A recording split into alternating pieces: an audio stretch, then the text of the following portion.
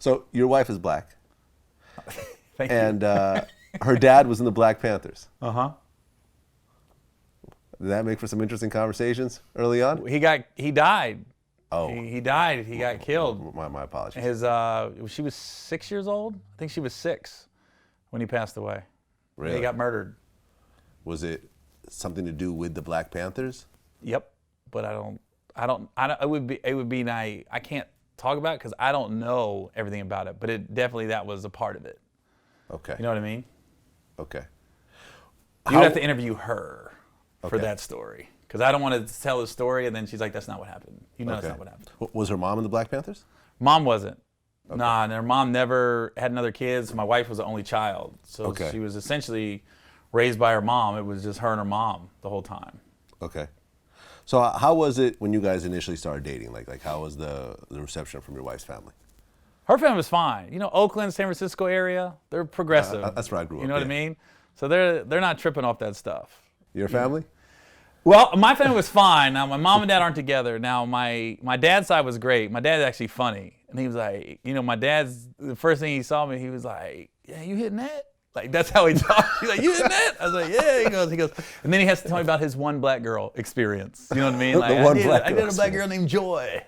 You know what I mean? I was like, what? He told me the whole story about her. You know what I mean? So that side of the family is great. My mom's side's cool with it. And as far as like to my face, nobody's ever said anything bad. You know what I mean? So I just take it for face value.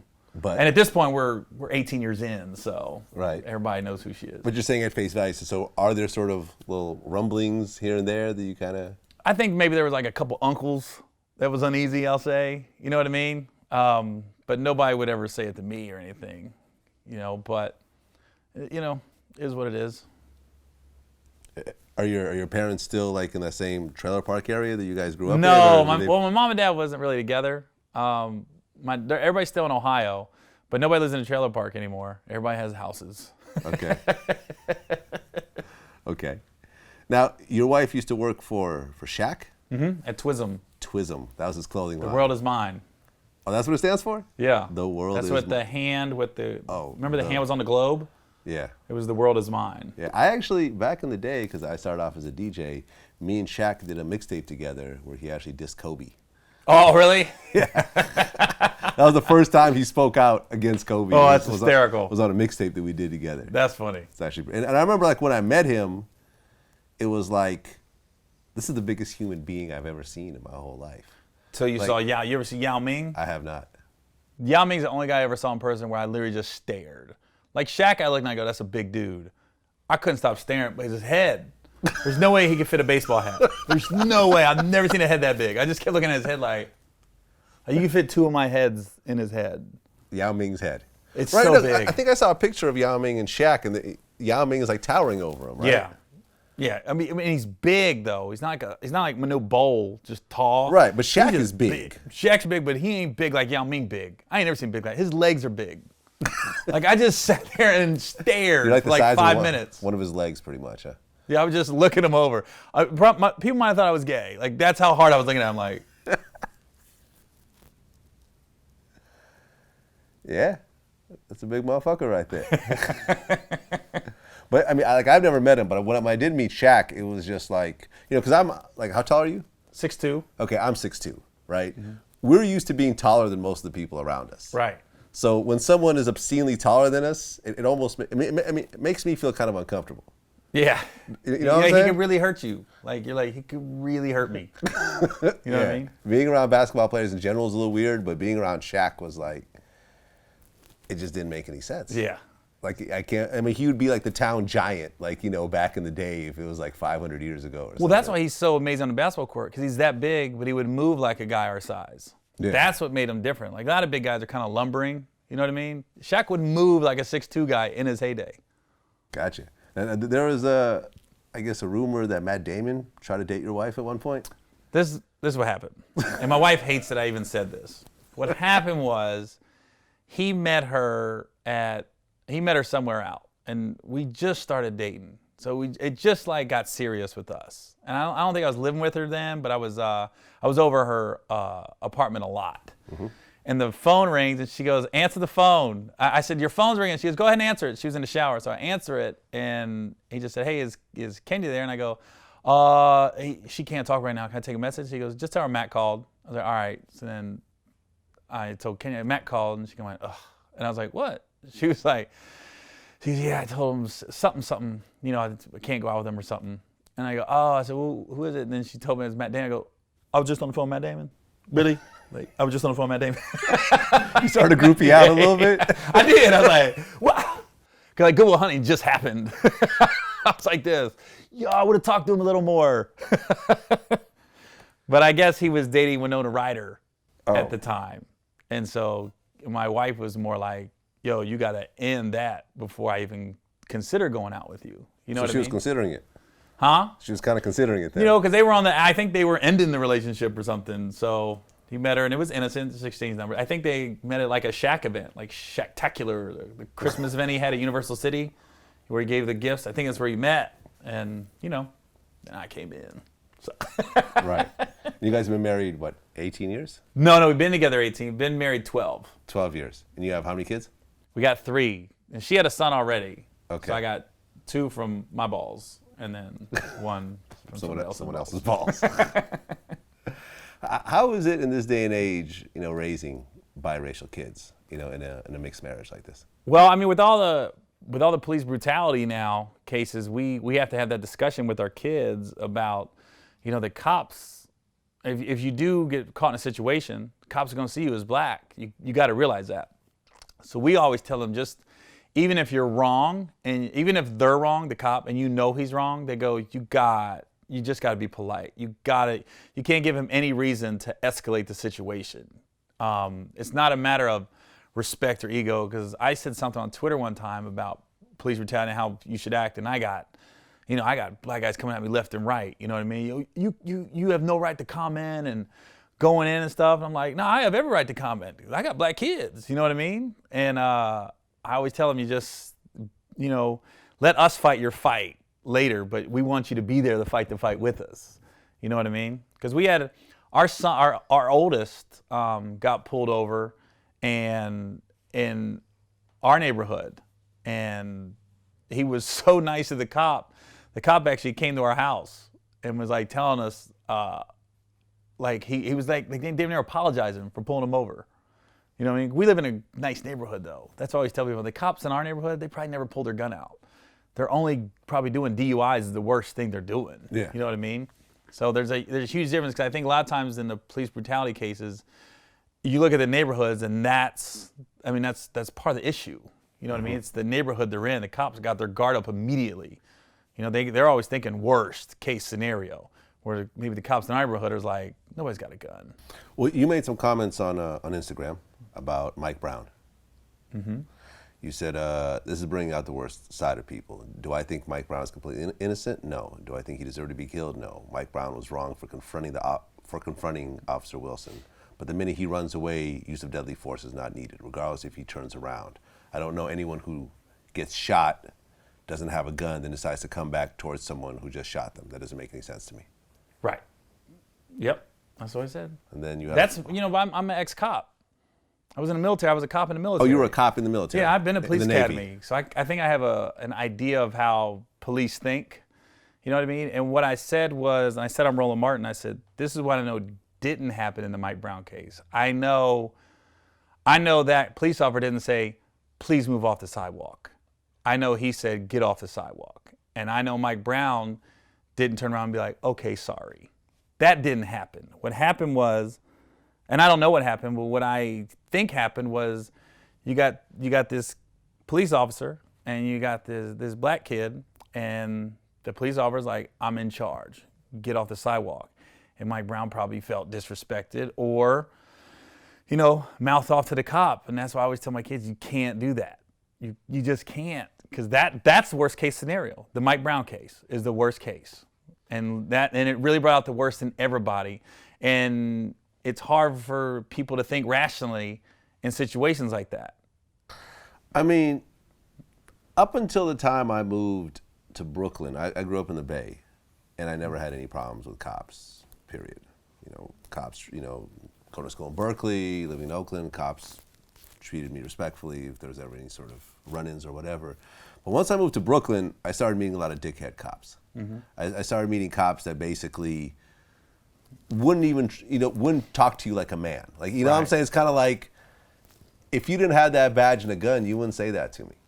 Exactly. Because you would fear some sort of physical repercussions over these words. You know what I mean? Like I remember, just little things. I'd come into a police station and I'd say, hey, I gave my car to charity, but they forgot to drop off the license plate. And it's like, well, what are you, stupid or something? And it's like, really? Like, you just go, that's how you go talk to me? Yeah. Like, or getting pulled over and my license suspended and the cops would slam me against the trunk of my car, like a bunch of unnecessary shit.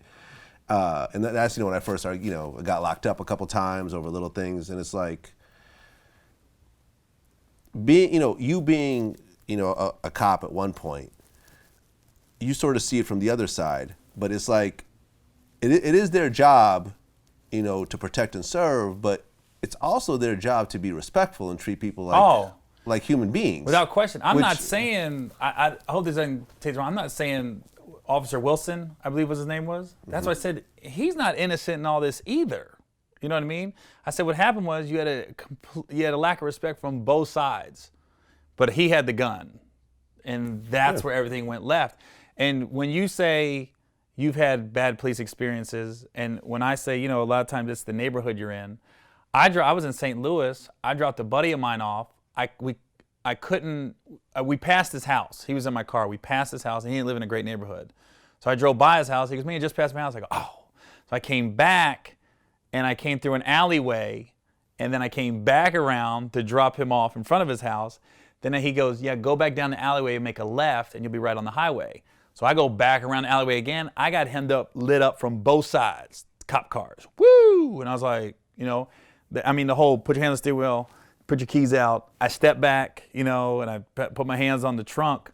And like you said, the cop was just a dick, right? So I got my hand on the trunk, and I did this. I went, like, that's all I did. And he goes, what's so funny? I was like, no. I said, you don't think it's going to happen to you? Like this situation, like I'm not doing anything? And so he goes, yeah, we'll see if you're laughing after we get done searching your car. And I was like, it's a rental. And in my mind, like I was thinking, oh shit, I didn't look in the trunk of this rental. If something's in this trunk, I'm fucked right now. You know what I mean? I never opened the trunk. It was a rental. And nothing was in the car, right? So then it was no like, sorry, this is what happened. It was nothing. It was just, they gave me, all right, you're good, and sent me on my way. So at that point, I made a little comment to the cop. I said, hey, I got this White Castle, man. It's cold now. It's like, you guys want to give me some more White Castle? I was saying like a joke, trying to alleviate the situation a little bit. And he was like, you shouldn't be eating that shit anyways. We helped you out. Same cop. I was like, you should not be the lead guy.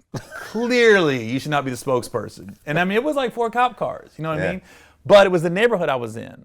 I guarantee they thought something wrong was going down because I circled twice. They didn't know if I was white or black. You know what I mean?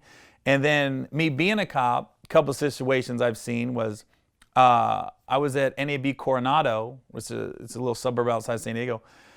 And a regular Coronado cop came up and asked if I could, he use the bathroom or get a cup of coffee or something. And I said, yeah. And I showed him where the bathroom was and I got him a cup of coffee. And he said, oh man, that's real white of you. And I was like, okay, clearly you don't know my history. I was the wrong cop to say that too, but I just looked at him like, I don't think you're gonna be getting coffee from me anymore. You know what I mean? But he gave it to you a look like this, right? And then I pulled a guy over one time in the military. He literally drove up on a sidewalk and came down. And we had a nightclub on the base. So a lot of times we had drunk drivers on the base. And I pulled him over and I was gonna let him go. All I wanted him to do was relax, let the club let out. And I was like, I'll get one of your boys to drive. And I get it. I wasn't trying to be a dick. When I told him to roll down the window, he immediately started yelling at me. He was a black dude in the car. And all he kept saying was, I'm a black man without a record. I'm a black man without a record. And I'm thinking, shut the fuck up and I'm gonna let you go. You know what I mean? I can't say that, but he created such a scene, I had no choice but to arrest him. He left me no options. You know what I mean? Because recently I'm from Cincinnati, and you got the case of the jaywalker that the video's gone viral. The cop was harassing him. Oh, right. Yeah, He's got the cup of coffee. Yeah. He's like, I can't even have a cappuccino in Cincinnati. you're getting harassed. We get that. You got it on video.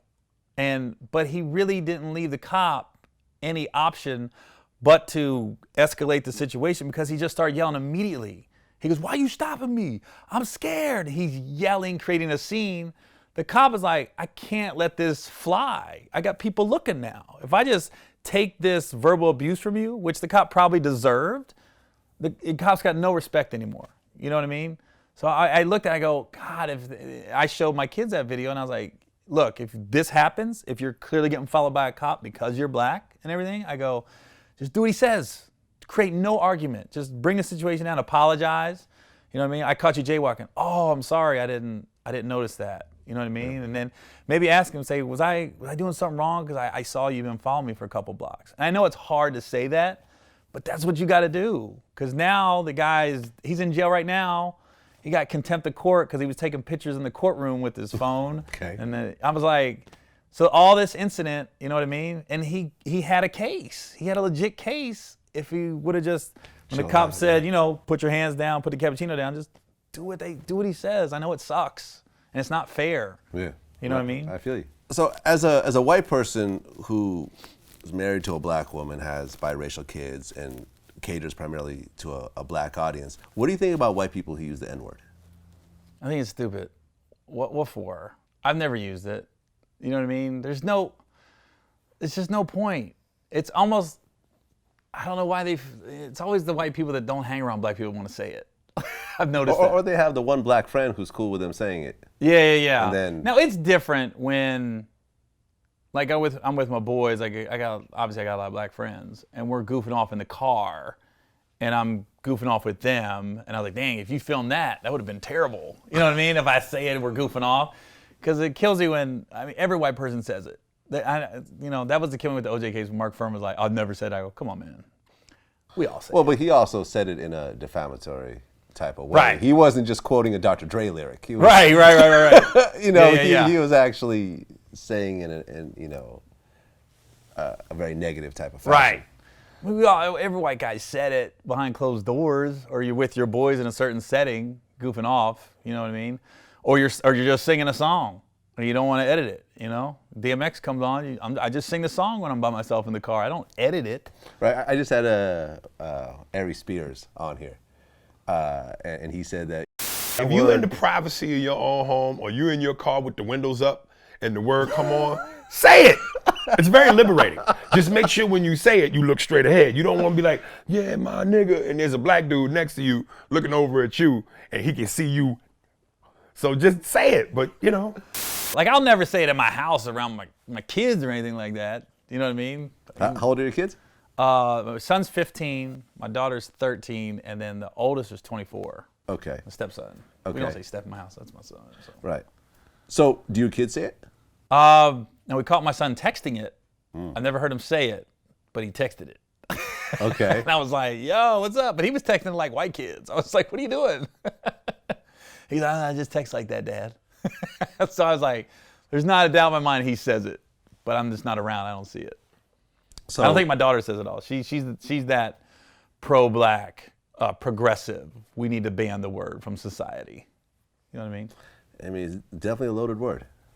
Yeah. Yeah. And I mean, I don't use it at all. I don't, you know, if I'm quoting a song lyric, I'll just skip over the word.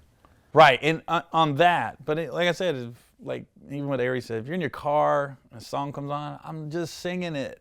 You know what I mean? I'm not gonna stop singing the song. But sometimes it gets you in the habit of thinking. Oh, yeah, I can see what that. I'm saying? Yeah. But I like on stage and stuff, you know, I've never said it. And sometimes it's funny because I do so much racial humor. I saw a guy get interviewed one time, and I was in a meeting, and somebody said you did a play and you called a woman a black bitch in the audience. I said, no, I didn't. And I said, oh, let me tell you what happened. Here's what happened. I was in Columbus, Ohio, and I was in one of them plays like, you know, Jesus is in the cornbread. You know, them, like, it wasn't a Tyler Perry play, but it was like that. Okay. And one of those plays, you know what I mean? And our lead actor got hurt, and he couldn't do the show that night. So we got this packed theater, and we basically had to go out there and tell him there's no show. You're gonna get your money back, but there's no show. But at that point, people have been out to dinner. Like I said, it got suits pressed, everything. They're still at a loss. So one of the guys comes with a brilliant idea. Hey, let's have Gary, and we had another stand-up on the play. Like, let's have him do some stand-up to ease the blow. And I was like, I don't think that's a good idea. They're gonna be mad, right? And now, this is 10 years ago. Now I would definitely say no, but at that point I was like, let me try to be a team player. So the guy goes out there and says, the play's canceled, we're not doing it, but I've got a couple comedians for you, right? I walk on the stage, and I was cool back then, but I wasn't as big as I am now. I walk on the stage, and I immediately heard boo. Immediately, I didn't even touch the mic yet. So the preemptive boo. It was like, they just saw boo, ain't nobody trying to hear this shit, you know what I mean? So I looked over and said, am I allowed to cuss? Because it was a gospel play. At this point, I'm like, all bets are off. And then somebody yelled something again. And I said, whatever I said, I started going off on this lady. And she started yelling back. And I said, bitch. Never said black bitch. I did say bitch. Okay. But when the guy retold the story, he said I called her a black bitch. And I said, no, I didn't. I said, to me, that's almost as bad as the N-word. Just singling a black female out and saying, you black bitch. I go, I never said that. I had to call dude, like, why would you tell somebody that? Mm-hmm. Like, you know I didn't say that. I thought you did. I said, no, you just saw me saying it to a black girl. Mm-hmm. I just said, bitch. You know what I mean? And he retold, I was like, really? You know what I mean? But I wish he'd stop. I like Meek Mill, man. Like I'm not gonna. I wish he'd stop. Listen, I liked Meek Mill, but all of this shit is making you look bad, homie. Saying he used to want to be signed to Rockefeller, but then he turned into Jay. Oh yeah. I understand what he's saying, but you got to understand how that could be took. Yeah, you're taking a shot at Jay-Z. I mean, you could be taking a light shot at Jay. You're taking a shot at Jay-Z. And hip hop be like, nah, bro, you ain't Jay. Yeah. You're Drake, which is fine.